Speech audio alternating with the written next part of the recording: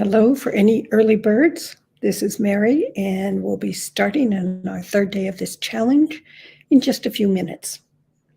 So as you get into the video studio and want to let me know you're on board, that'd be wonderful.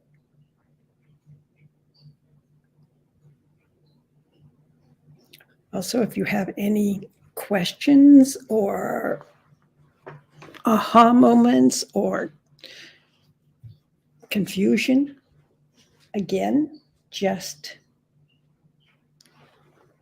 go ahead and post in the chat bar on the right-hand side. Ah, there's Tessa.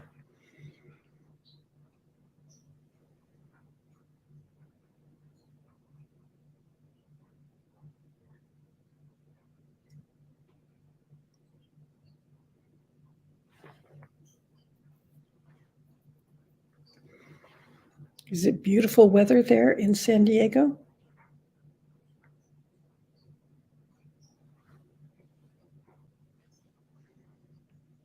And then Corrine from the other side of the country in New Jersey. Rayanne from Marysville, Washington. I could wave at you kind of out the window. Kelly is here from Oregon with snow on the ground. That's just not fair. And then we have Mickey from New Jersey. Jade from Montreal.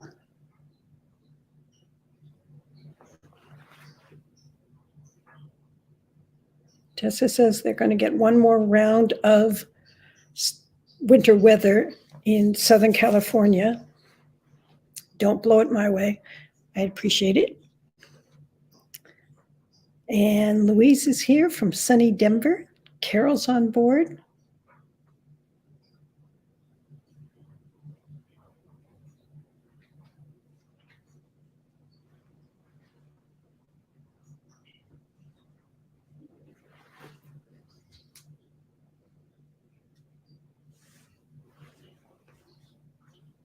And Claudia.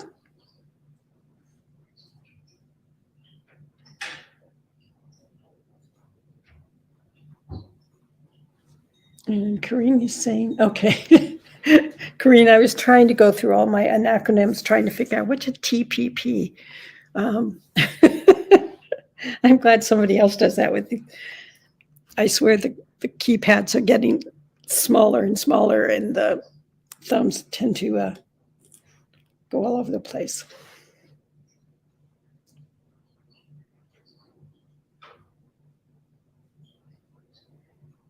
I think we've got about 2 minutes to go to make sure everybody gets in so that they're not feeling that they're lost as we dig into this day's focus. And Carol says, hope you can't hear me yelling at my dog. No, we can't.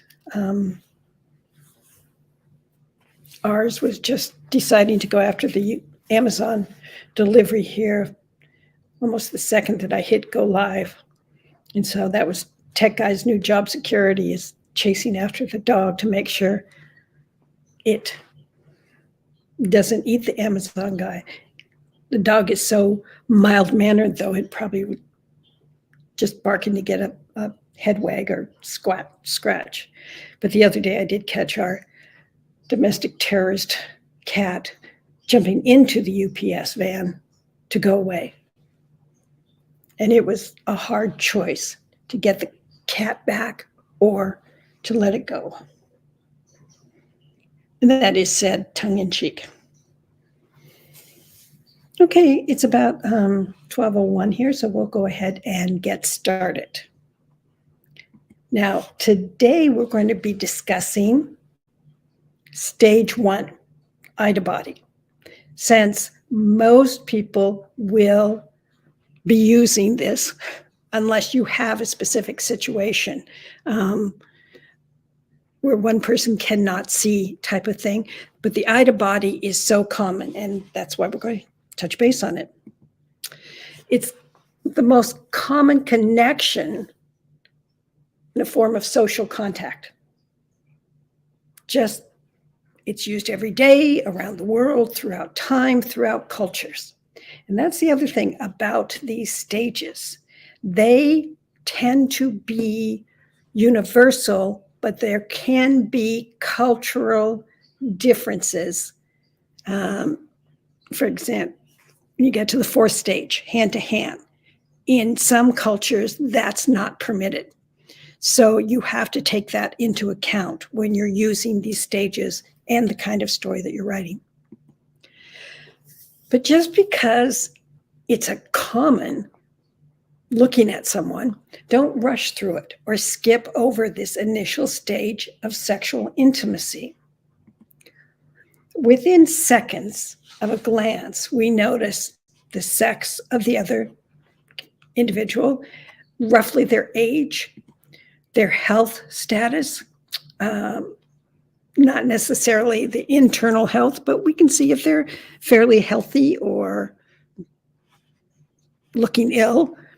Their status, this means, can oftentimes be discerned by the way they stand, the way they move, the type of clothes that they wear, that type of thing.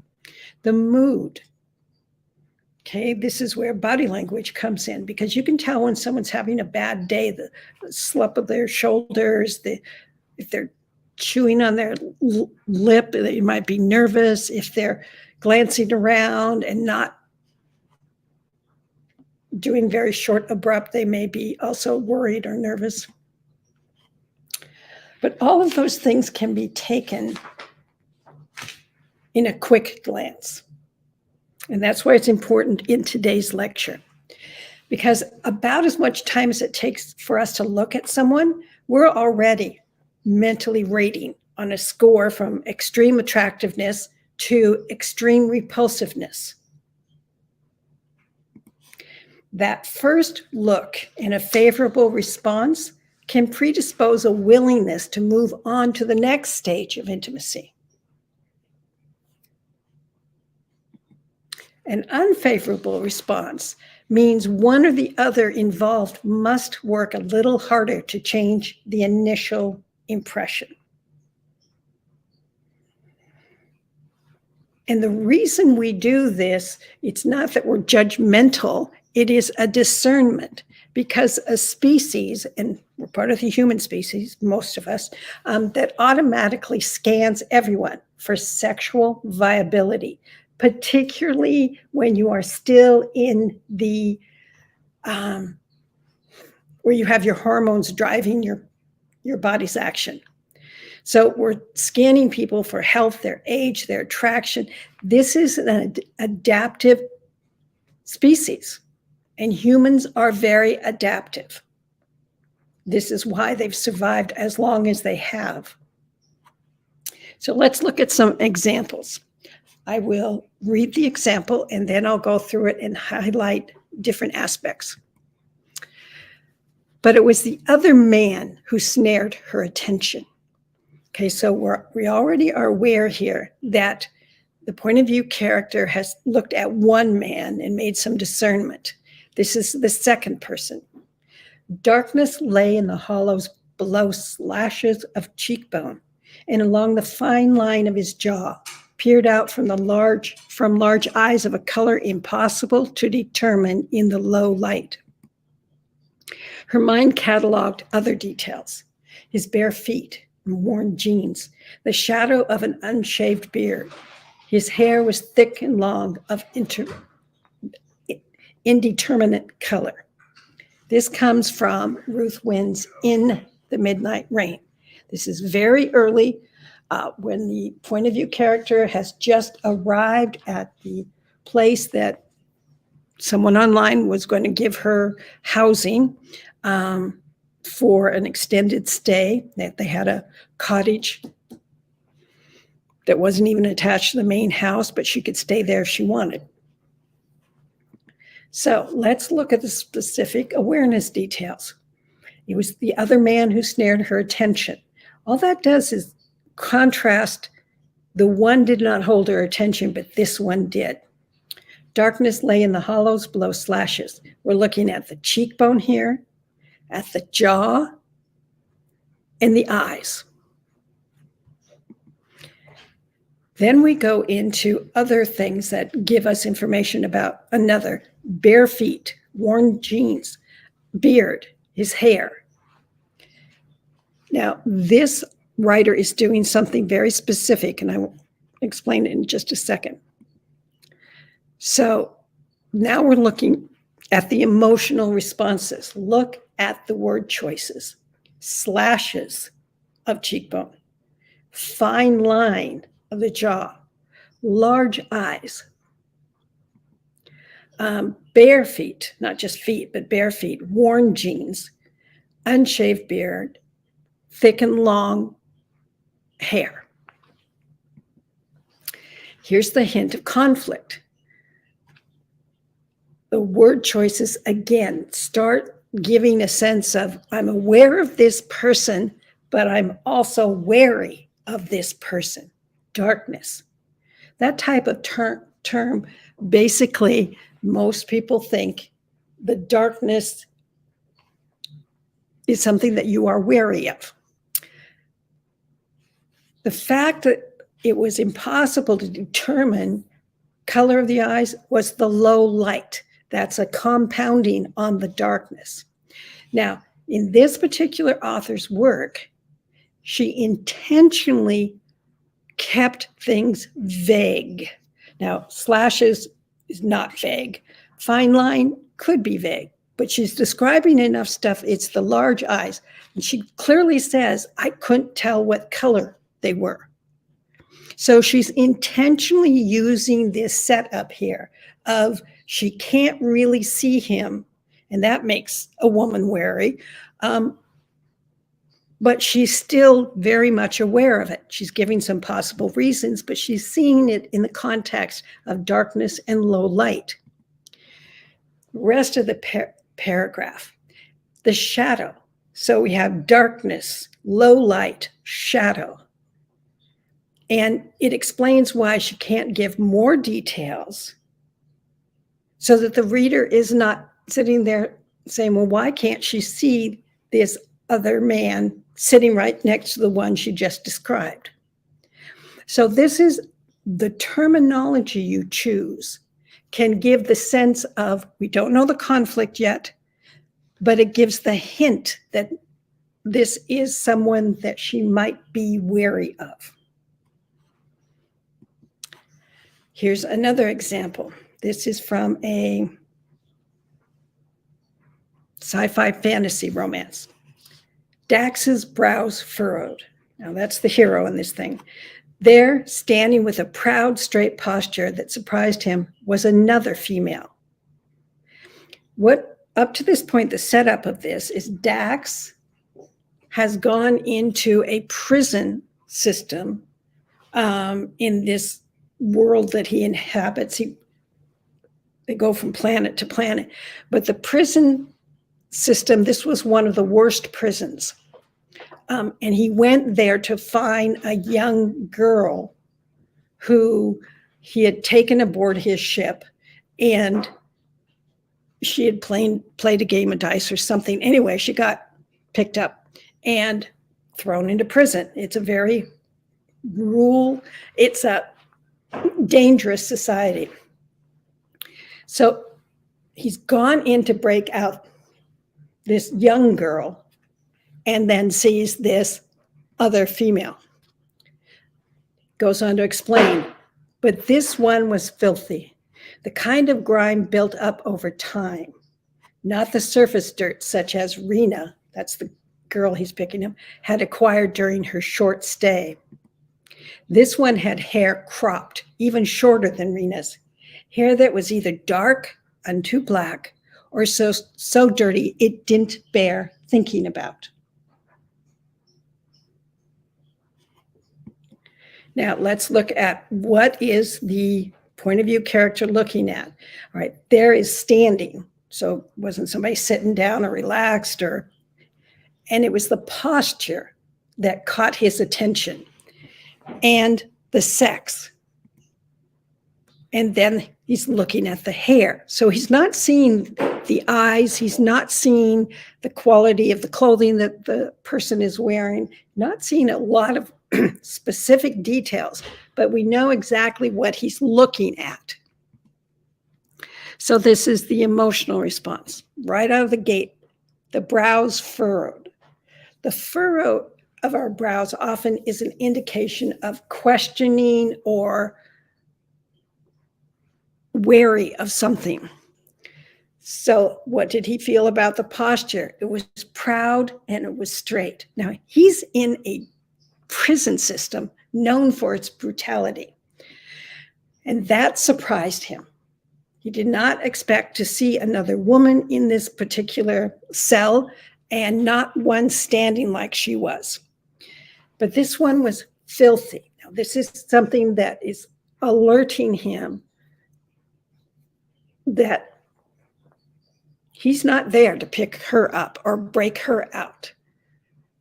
But the fact that she was filthy and the grime was built up over time, that's telling him she's been in this prison for a while. This one had hair. Again, we're not seeing the color of the hair, the style of the hair, anything like that. But it was cropped even shorter than Rena's. Now, this lets the viewer see that Rena both has short hair and this character. We don't know how short. And it was either dark unto black, and then it is the conflict, so dirty it didn't bear thinking about. So this is not a long-term conflict that he's going to face with this person. It is a short-term, that here is this person in this cell. What does he do? Take her or leave her? Now, Peyton asked, Dax's brows furrowed. Since this is Dax's point of view, is it okay for him to see or know that his brows are furrowed? You can feel when your brows furrow. So yes, that type of body language is acceptable because it's something that he can feel in his own body. But if it's some part that he can't feel, then he's not going to see it. Like he could feel how his lip raised. He could feel how he inhaled deeply. So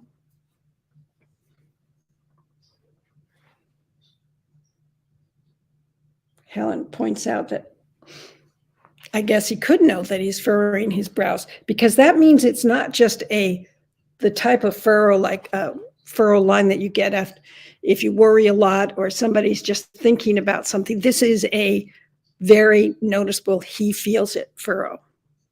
But thanks for asking that, Peyton. Here's a third example.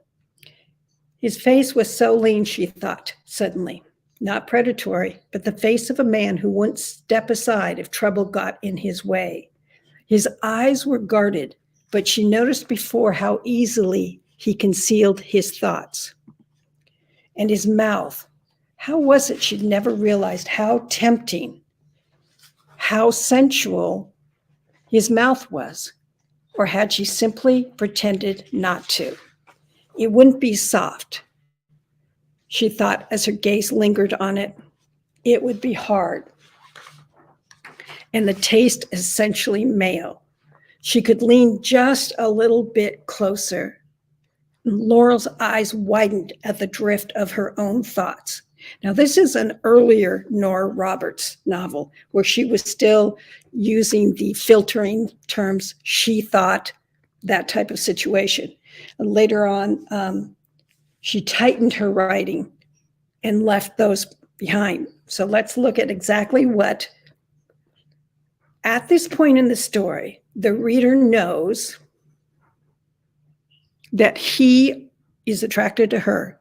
They work for the same newspaper in New Orleans, I think.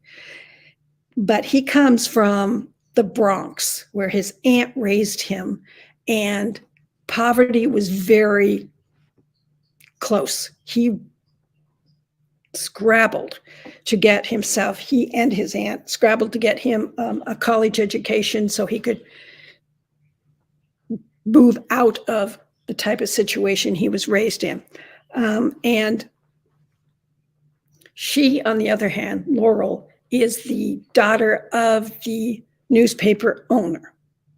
So they live on basically a plantation type setting outside of town. She's high society, he's low from his point of view.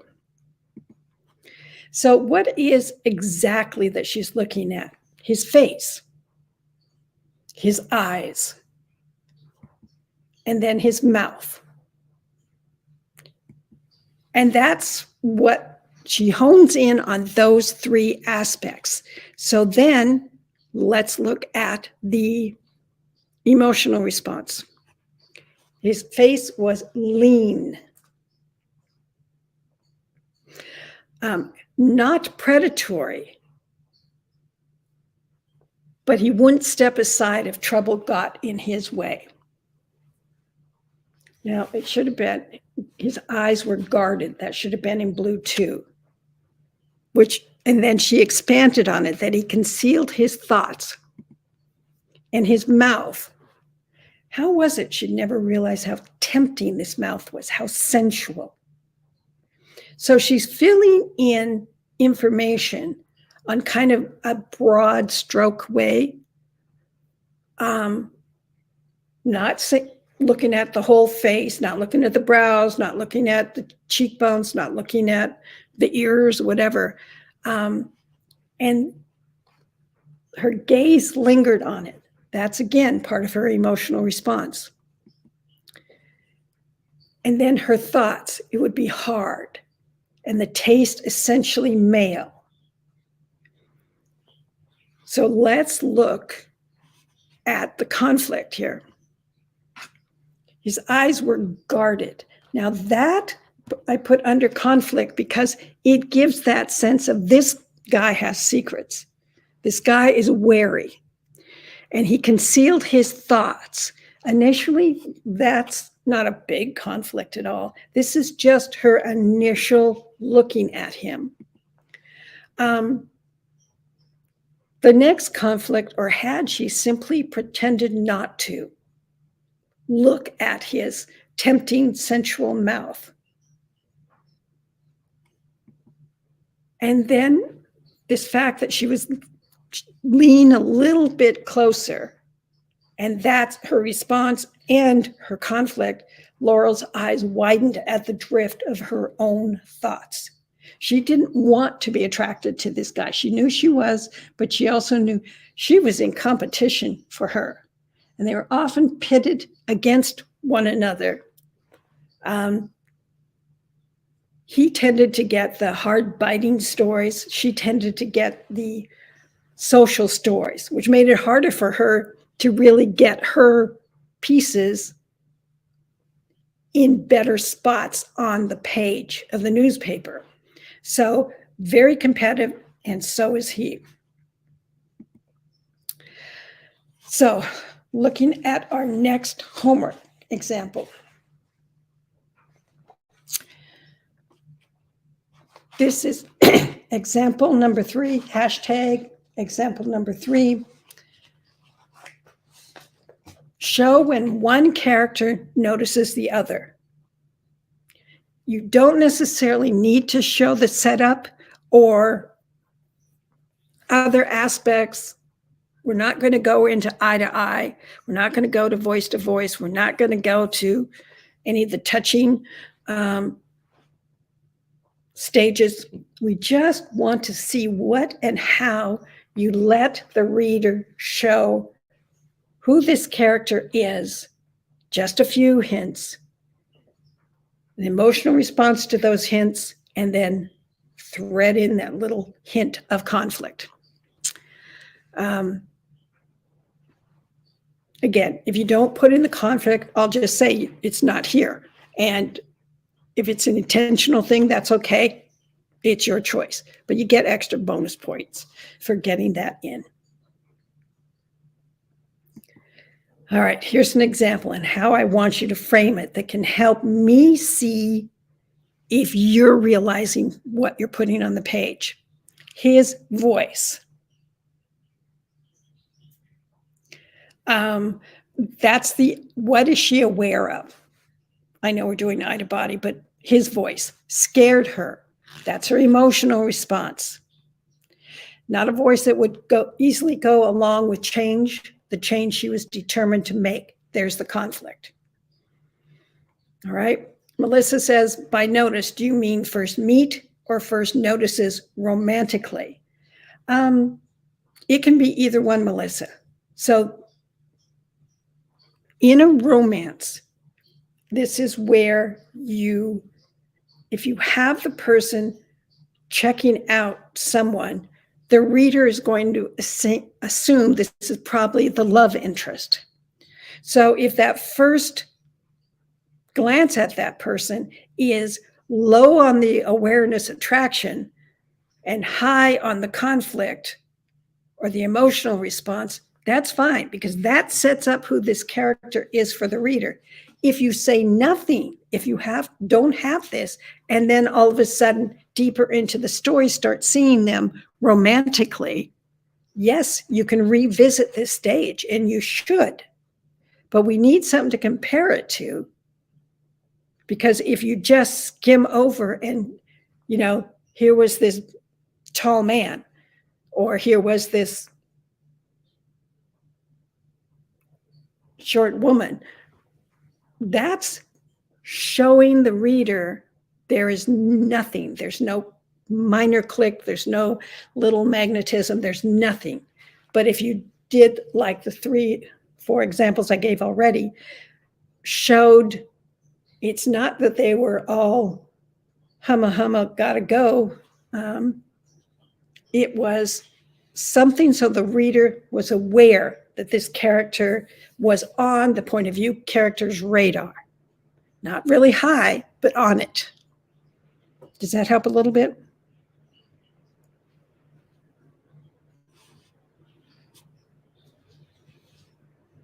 And I want you to break it down with the brackets or parentheses.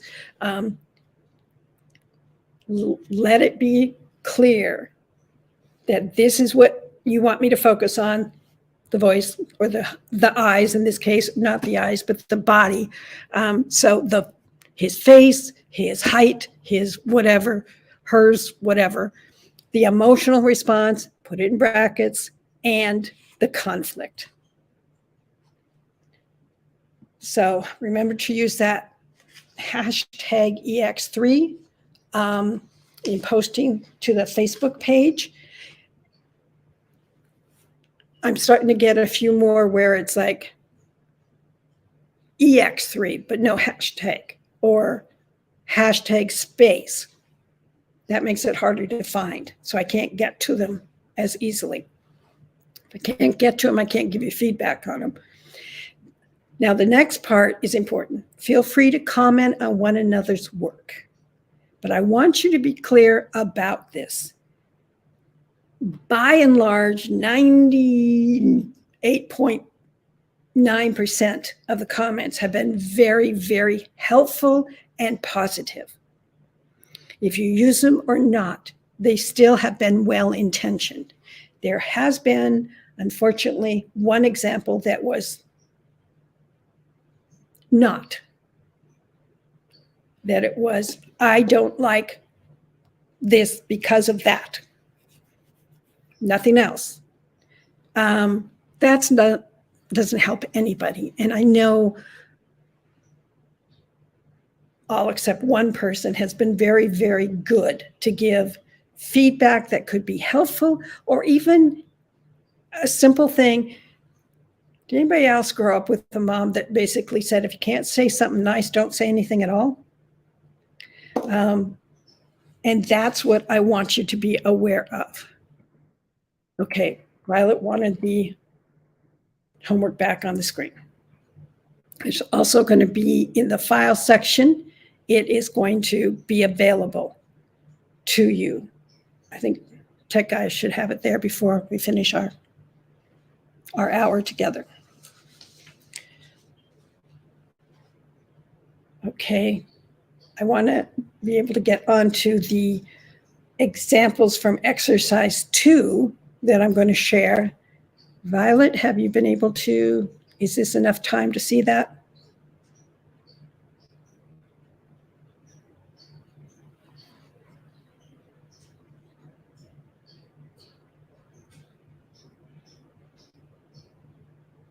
I'm assuming Violet's still writing. Okay, she's ready. So we'll go ahead and move ahead here to the exercise 2.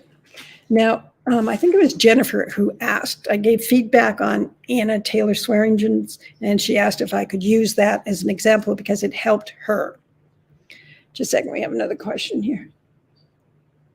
From Pamela, what if the characters are already involved? Can we use a scene that shows conflict between them? They may be already involved, but the reader hasn't seen them. And the reader doesn't know how the point of view character feels about what they're seeing. So this is why if you just jump into the conflict, the reader's going to be literally in the dark trying to figure out, we have names, 2 names, but that's not always easy, particularly if the names are unusual. So the whole, just like in a book that has nothing to do with sexual tension, you're going to introduce the characters through the eyes of another character. So if you skip over it all and just go into the conflict, the reader doesn't know who that character is. That's what they're seeing. So they might be married. They might be friends from a long time ago. They might be, but we need something to see them to get a sense of, okay, this is when the characters later on either break apart or come together. If you wait, the longer you wait for a reader to get an idea about something about your main characters, the longer and easier it is for the reader to make up their own mind what they're seeing of the other person. And then what happens is 5 pages in or whatever it is, all of a sudden they're talking about how this person is so tall and you didn't see a tall person. So that pulls you out of the story, and it's just incrementally, temporarily pulled out of a story. But that in itself, you do that too many times and a reader is going to say this book is too complicated to get involved in. So that's what we're looking at here. So Pamela, does that help a little bit?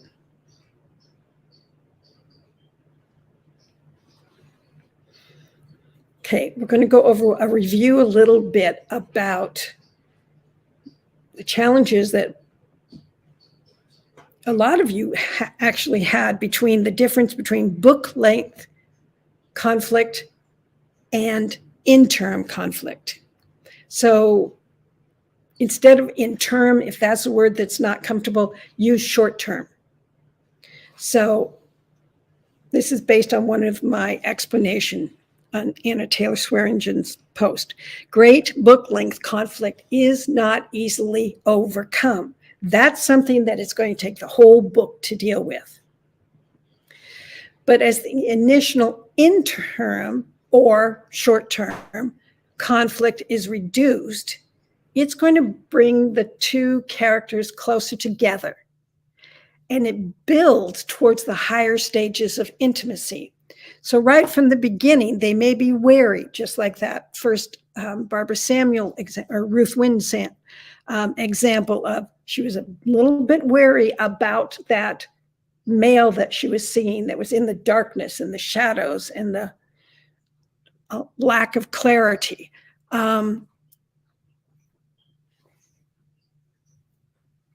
So what happens with long-term conflict is that it can, sometimes it's very clear that it's very upfront and present, but sometimes it can, if that gets pushed into the background, then it's easier for the reader to not feel that tension. Okay, so think of a rubber band, one of those kind that you're supposed to exercise with, so very thick rubber band. And your hands are in it, and the tension, you're pulling it yay apart. Now, the long book length conflict is going to last for a long time. So if there's no interim or short-term conflict, this kind of just stays static. Now, if you have something like they're on one side of a war and the other's on the other side of the war, that could be book length.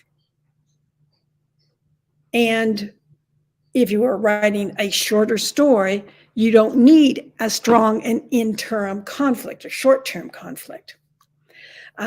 Think of the movie Pretty Woman. Most people have seen that movie. The book length was she was a prostitute and he was a successful businessman. They come from definitely different sides of the success, social scale, etc. She takes the job for initially just a night, but then for a week to go along with him as he meets with the grandfather and the grandson to see if they could, make an arrangement for Rick, the hero in the story, to buy the business. What is his name in that story? I know it's Richard Gere, so I start thinking of him as Rick. Anyway, I'll call him Rick. So that's book length. But what has to happen in between that long book length are small conflict. Oh, Edward. Maybe that's why I forgot the name, because he just does not come across like an Edward.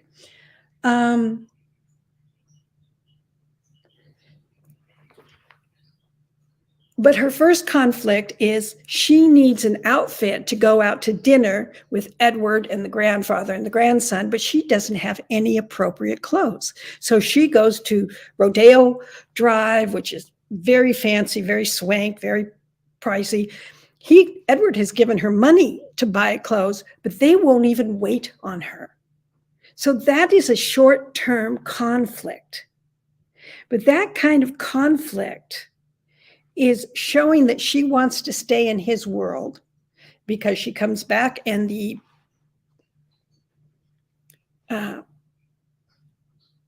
manager of the hotel is trying to tell her, you've got to have the right clothes. And she's like, I know I do. I tried. And she shows her hands full of money. They won't help me. So what he does then is he turns into a mentor and said, well, I've got somebody who can get you a dress. And which allows her to at least show up for that event properly dressed, which means she's more on the way. And it also allows him to realize she was challenged by this because the snooty clerks would not help her. So he takes time the next day to come in with her. So it is his status that allows the clerks to say, okay, we'll get whatever she needs here. And you see how it brings them together? It could have kept them apart, but it eventually brings them together. So that interim conflict is reduced, and that way they're not just going through the 12 stages, like from 1 to 2 to 3 to 4. It's not an easy thing, that rubber band that you have, until the first conflict is reduced. That's even a stronger rubber band to keep them from getting together. But it's only after these smaller interim or short-term conflicts that the point of view character faces in the book, are they really able to face that book length conflict and eliminate it. So that is why there's two different kinds of conflict. And the short-term conflict can be as short as a scene. It can be as long as a chapter or two. It can be a certain chunk of the book. So let's look. Mickey kindly let us use her homework here. Her book length conflict, and I'm very appreciative that she indicated it's a paranormal romance. So a unique vampire survives a battle with immeasurable evil. Okay, he's poisoned and imprisoned. He fantasizes his redemption, which is something he can't possibly earn. The conflict comes when he tries to keep the hope of rescue alive, because it would be easier for him to slip into insanity. Clearly a book length. This is not an easy thing that's going to be resolved in a chapter or even a section. It's going to take the whole book and the love interest to help him keep up the hope or find a way to be rescued. Now, the interim conflict. There's a constant push and pull within him between survival or ending his own existence. This casts a shadow over every interaction with the woman he loves. She stubbornly vows to stand with him, but he is doggedly determined to face his fate alone. This is, instead of drilling down to a particular event, he sends her away. She refuses to go. Something. It's more specific because this interim actually lasts the whole book.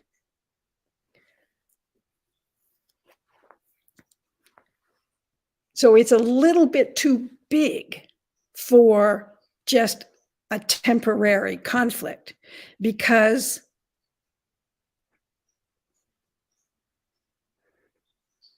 and I know as a writer, we have a tendency to want to fix the problems in the stories. And this is kind of a summation statement. But what I'm looking for in this is, did she try and break him out at some point? And it didn't work, but he could smell her blood because she'd torn her hand on something and scraped it. That's an interim, short-term conflict. Jade says, should the book length conflict in a romance concern the relationship between the two main characters? Yes, it should. But it could also be based on an external situation. So in this, and I don't know Mickey's story, but in this story, the very fact if she's not a vampire, that's going to be a book length conflict right there, because they're going to have to face that issue. And Peyton says these conflicts were extraordinarily well written. So Mickey, pat yourself on the back for that. Just want to make sure that you do understand this is almost, as phrased, too large a conflict. Bring it down a little bit. And there's plenty of examples in the postings in the Facebook when it works and when it's almost there. And this is almost there. You know, as the writer, what type of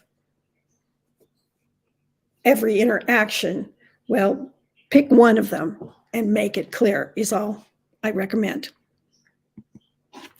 Here's from Tricia. Now, this is 100,000 word historical paranormal romance.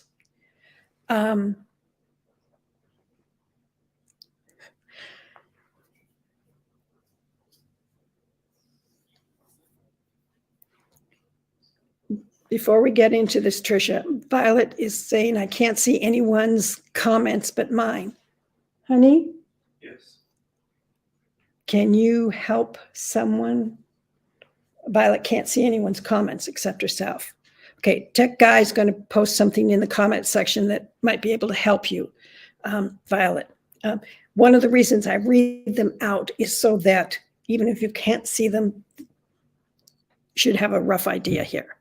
So this 100,000 words, that is a big story. And that's often needed when you're writing something like that is both historical and paranormal, because there's a lot of world building there in the history part and the paranormal part. So, and it also means that you are probably going to have multiple interim conflicts going on because there's enough space for it in this story. So the book length, Adric, the hero, needs to hide his past as a serf from others, especially other Russians who may know about him and have him deported back to Russia and back to servitude.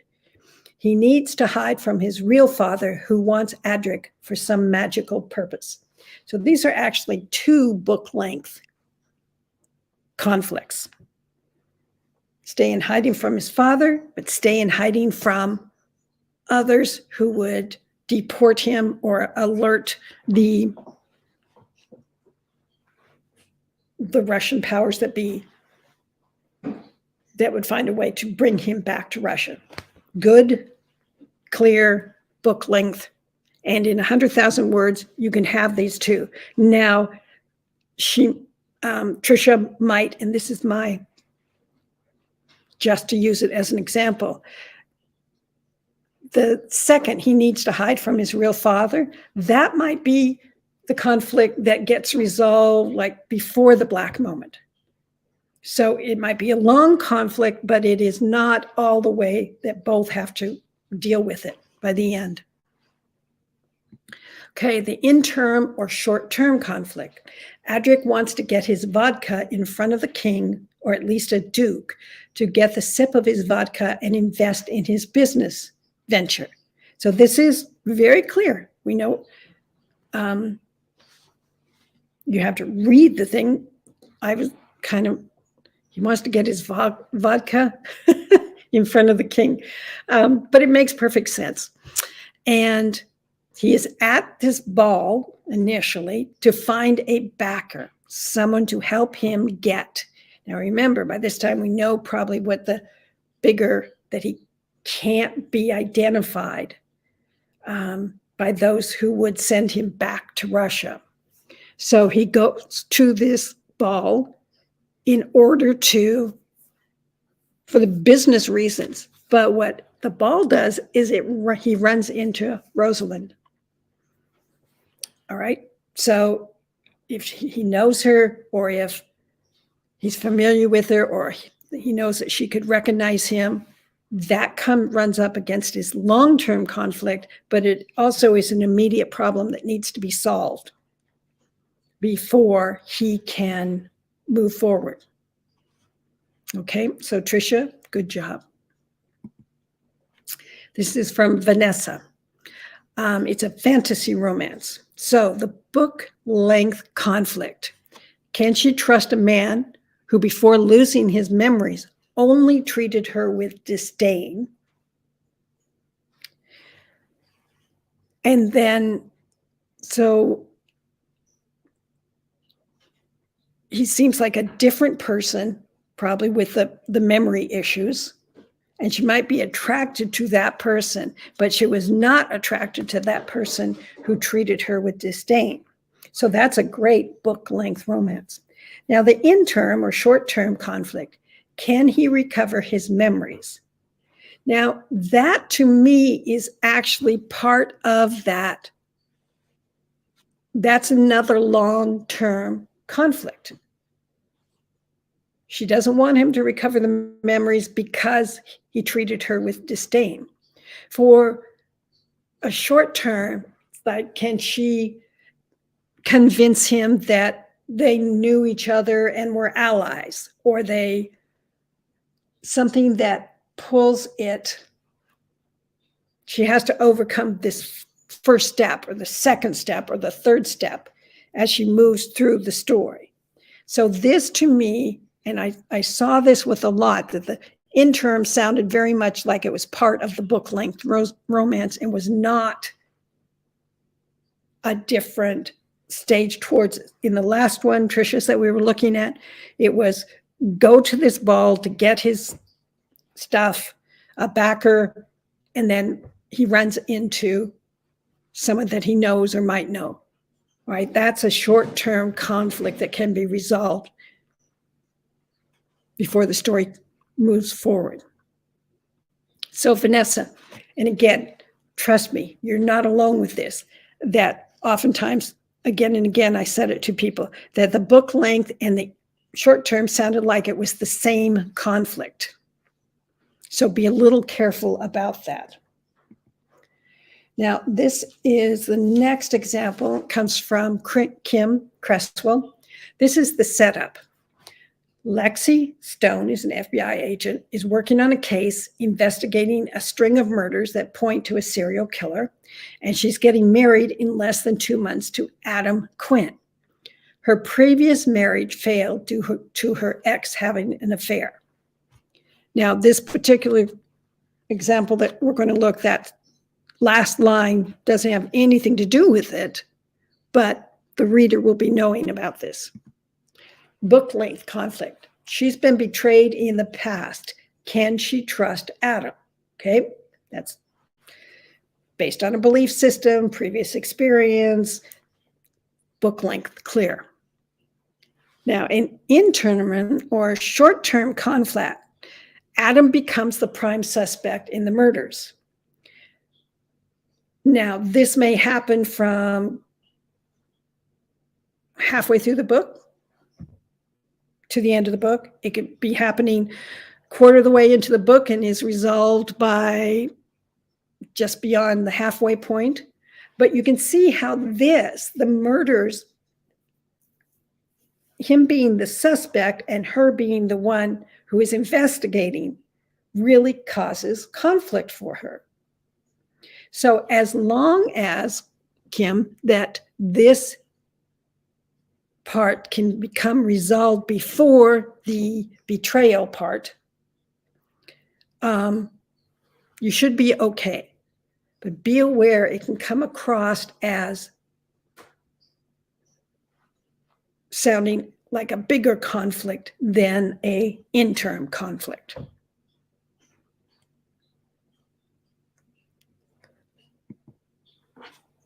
Okay, here we go. Violet, this is yours. Jack helps Sarah in her recovery from a horrible accident through his volunteer work at a therapeutic riding stable. He grows to love her, but says nothing. All right. So the book length conflict. She is married to a well-known lawyer. They're both evangelical, Bible-believing Christians, and the Bible forbids divorce unless he commits adultery. That's an outstanding book-length conflict that's not going to be easy to be resolved. Rayanne can't hear me. Honey?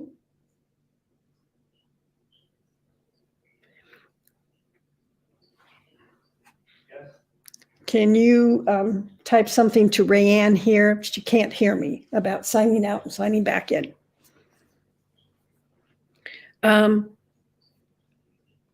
If you experience that you can't hear, this is just for everybody in general. If you experience that, log out and log back in. Okay, Rayanne's back in. Sometimes it can be an internet connection on your end. If everybody can't hear me, then it's a problem on my end. So I appreciate you raising it, but also,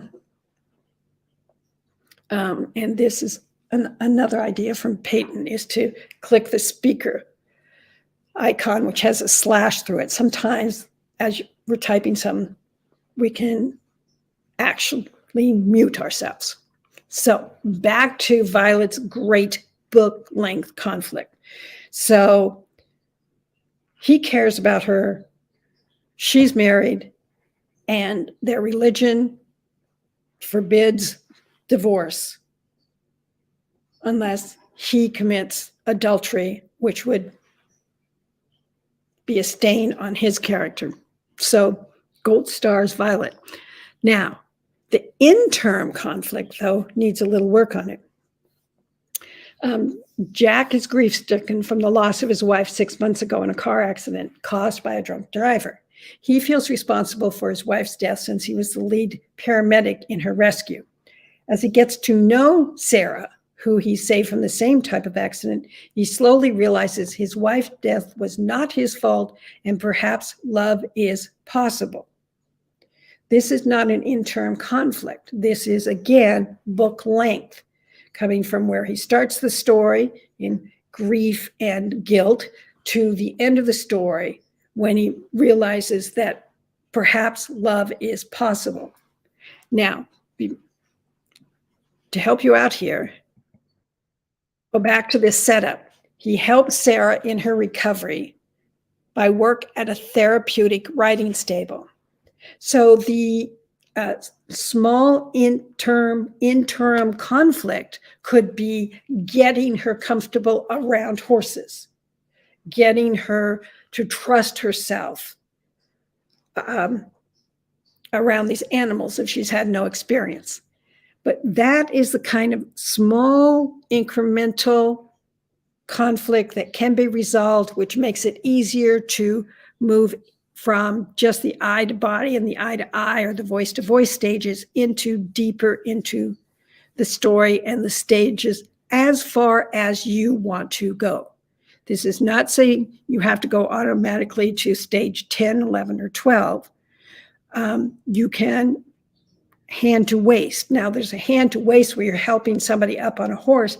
That doesn't necessarily have a sexual connotation if it's clear that this is just somebody helping her. But if the hand lingers, that gives a stronger awareness from her point of view and from his point of view. So here is oftentimes what happened when people would give me the setup of the story is there was the short term in that setup. But this is not a short term. This is a resolution of another book length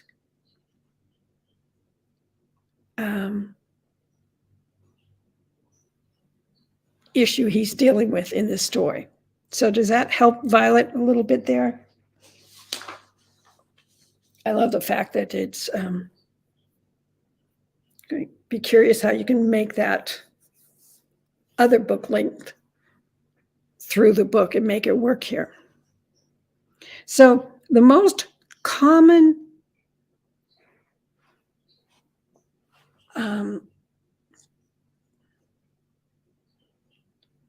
so Helen says, it seems like it's Jack's inner journey. Well, this is, people are posting both there. It can be the heroes and then the heroines, or hero and hero, or heroine and heroine. So you can have two different, but the point was to keep it one characters. So Peyton says that it was, well, I had Peyton's comment here. One was Sarah's book length conflict and the other was Jack's book length. If you go back, let me go back here.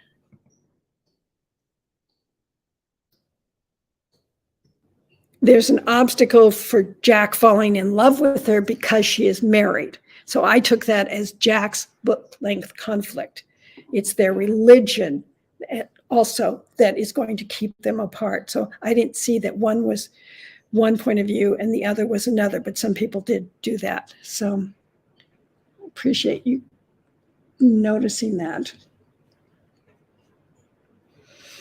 Okay, so most common issues that I found with this particular assignment was instead of getting long-term conflict, book length conflict, and then a short-term interim conflict, I was getting two long-term conflicts. But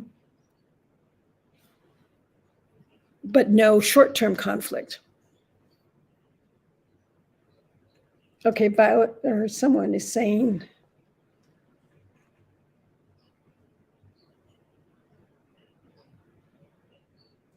Okay.